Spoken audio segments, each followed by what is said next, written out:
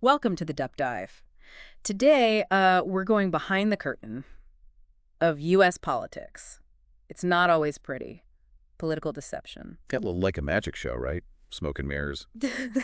Our guide for this deep dive is an article about this video. It's called Piles of Lies, and wow, it does not hold back. No, it doesn't. At all. We're going to break down how politicians use these deceptive tactics, not just during elections, Right. but like every day. It's about the narratives, the half-truths, Yeah. the way they use public perception to get what they want. Okay, so less about calling politicians liars and Yep. more about, like, the method behind the madness. Exactly. Okay. A great example is in the video. They talk about Donald Trump promising to eliminate those taxes. Oh, on Social Security. Yeah, Social Security taxes. This is such a classic example of a politician Yeah. tapping into what people want while ignoring how much power they actually have. Because he can't actually do that, Right. right? Yeah. That's Congress. Exactly. But by making that promise, Yeah. he's playing into these anxieties that people feel about retirement and creating this expectation Yeah. that he knows he can't meet. So crafty. Yeah. But hold on, the article doesn't let Democrats off the hook. They point out that Democrats do this too. Oh, yeah, absolutely. They emphasize that both parties, while using different tactics, are still deceiving voters. It's interesting that both sides argument, but Mhm. I'm curious, how are their approaches different? But first, there's another big player in this game, the media. Yes. Yeah. The media can be a filter for information, but that filter is not always that transparent. Right. It's like they're holding all the cards but only showing some. The article talks about how the media portrays the U.S. political system, specifically complicated things, like the Electoral College. Yes, the Electoral College is a great example Yeah. because most people think we directly elect a president. Right. But there's that extra layer with the Electoral College. It's not always clear. Okay. So for those of us who weren't paying attention in civics class, break it down. How does the Electoral College actually work? Okay, so basically when you vote, it doesn't directly determine who becomes president. Your vote actually chooses these people called electors for your state. Okay. And then those electors, they cast votes based on the popular vote in their state. Mm-hmm. And then whoever gets the majority of the electoral votes wins. So it's like a game within a game. Why even have the Electoral College? It seems so complicated. Well, you know the Founding Fathers, they didn't want to give too much power to the really populated areas.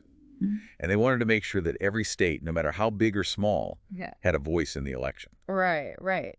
So then what happens if, like, someone wins the popular vote but they lose the Electoral College? That's what happened in 2016. Hillary Clinton won the popular vote, Oh, right. but Donald Trump became president. Wow.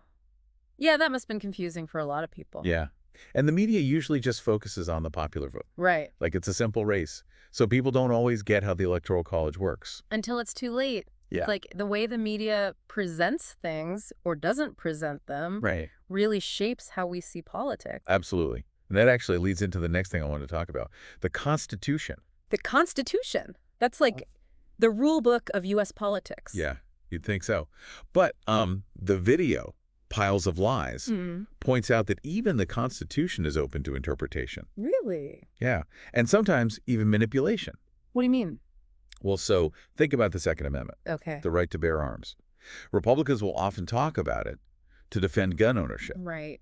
But we have laws, federal laws about guns. So it's kind of like a gray area. Exactly. It's like this balancing act between individual rights and government regulation. Right. But it goes both ways. The video also talks about how Democrats push for universal health care, which some argue might not actually be something the federal government can do, according to the Constitution. Huh. It's like both sides want it both ways. It is. They cite the Constitution when it helps them, and then ignore it when it doesn't. Yeah, it's true. But what's important to remember is that the Constitution, it's not like this thing that never changes. Yeah. It has to be interpreted, and those interpretations, they change over time.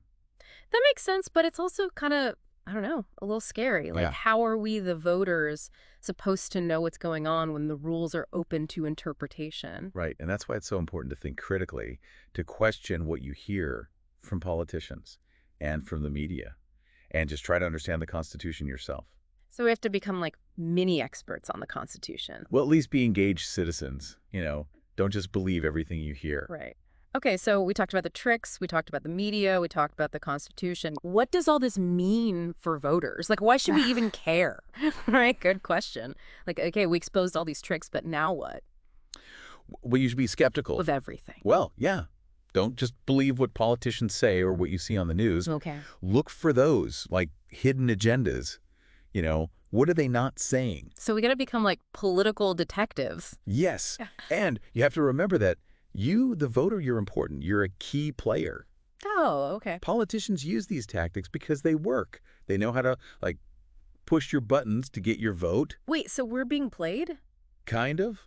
But you can change the game No. by knowing these tactics. Demand more from politicians. We can make them play by different rules. I like that, but it's also kind of a lot of pressure, Yeah. Now I know all this stuff, I can't just ignore it. And you shouldn't. This isn't about making you feel cynical or anything. Yeah. We're just giving you the tools to be informed. Okay, so knowledge is power. Exactly. The more we know how the system works, the better we can navigate it, make better choices. Yes. And hold those politicians accountable. Right. It's like that saying, democracy is not a spectator sport. Exactly. You got to participate, think for yourself, and question everything. We got to see through those piles of lies. Yes. Find the truth. Yes, exactly. Well said. Okay, so I think that's it for this deep dive.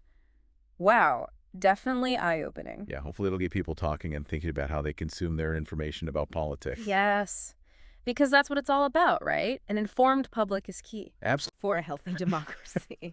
Okay, thanks for joining us on this deep dive. We'll see you next time. And remember, keep asking questions.